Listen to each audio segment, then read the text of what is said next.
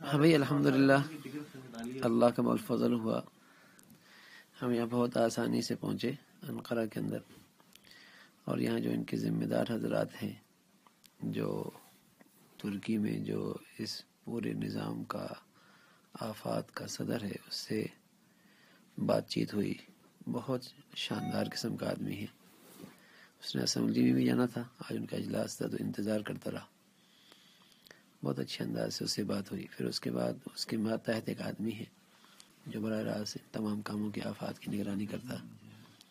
وہ کھانے میں ہمارے ساتھ تھا، بڑی بے تکلفانہ انداز میں اس سے بھی بات ہوئی۔ اس کے سامنے اپنے سارے کاموں کی نوعیت رکھی، اس نے اپنے کام سامنے رکھے کہ کیا کیا کام آپ حضرات کر سکتے ہیں، کون کون سی شکلیں اختیار کی جا سکتی ہیں، ترکی حکومت چاہتی ہے کہ کن کن کاموں کے اندر آپ شامل ہوں، اور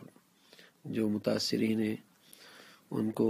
فی الفور کن چیزوں کی زیادہ ضرورت ہے، وہ ساری چیزیں انہوں نے ماشاءاللہ ہمارے سامنے رکھی۔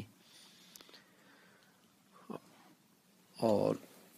بجٹ کا بھی تذکرہ کیا انہوں نے کہ کتنا بجٹ ہے، تو ہم نے کہا الحمدللہ اللہ کا فضل ہے، اللہ خاص مدد فرمائیں گے انشاءاللہ،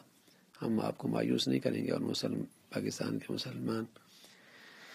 تو انتظار میں ہیں کہ انہیں اللہ رب العزت کوئی موقع دے ان مسلمانوں کی خدمت کرنے کا، تو آپ بس شکلیں بتائیں جو بہتر سے بہتر شکلیں ہوں تو ہم انشاءاللہ اس پہ کام کریں گے۔ تو وہ کہنے لگے کل ہم آپ کو انشاءاللہ سرحد پہ لے کے جائیں گے، اور وہاں جتنے خیمہ بستیاں ہیں تمام خیمہ بستیوں کا دورہ بھی کروائیں گے۔ اور پھر وہ کہنے لگے کہ 2 آدمی ہم آپ کے شام کا وہ اندر کا حصہ جہاں ان کا ترکی حکومت کا کنٹرول ہے وہاں بھی لے کے جائیں گے، اور پھر آپ بھی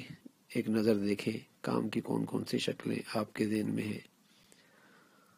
اور چند شکلیں انہوں نے بتائیں کہ ایک پروجیکٹ بڑا لگایا ہے ترکی حکومت نے، قطری حکومت نے لگایا، تو وہ کہہ رہے تھے کہ اگر آپ لوگ یہ پروجیکٹ لگا لیں تو انشاءاللہ اس سے بہت سہولت ہوگی، خاص طور پہ اس پروجیکٹ کی جو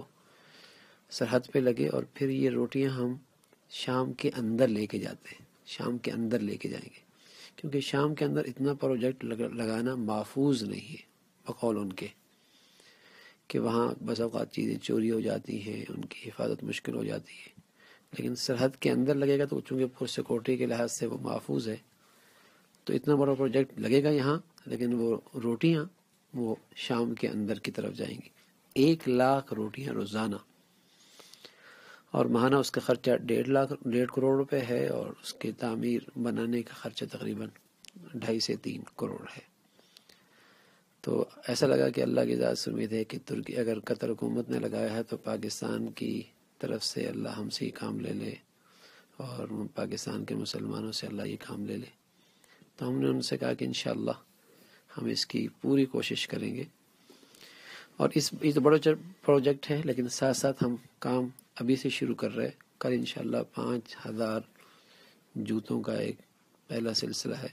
وہ یہیں سے ہم انقرہ سے ساتھ لے کے جائیں گے، چمڑے کے جوتے، سردیوں کا موسم ہے۔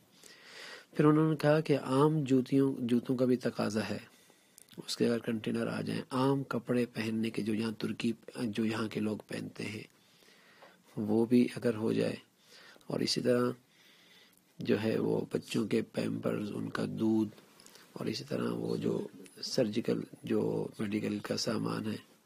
وہ ہو جائے، تو اللہ کی ذات سے امید ہے کچھ ساتھیوں سے رابطہ بھی ہوا ہے،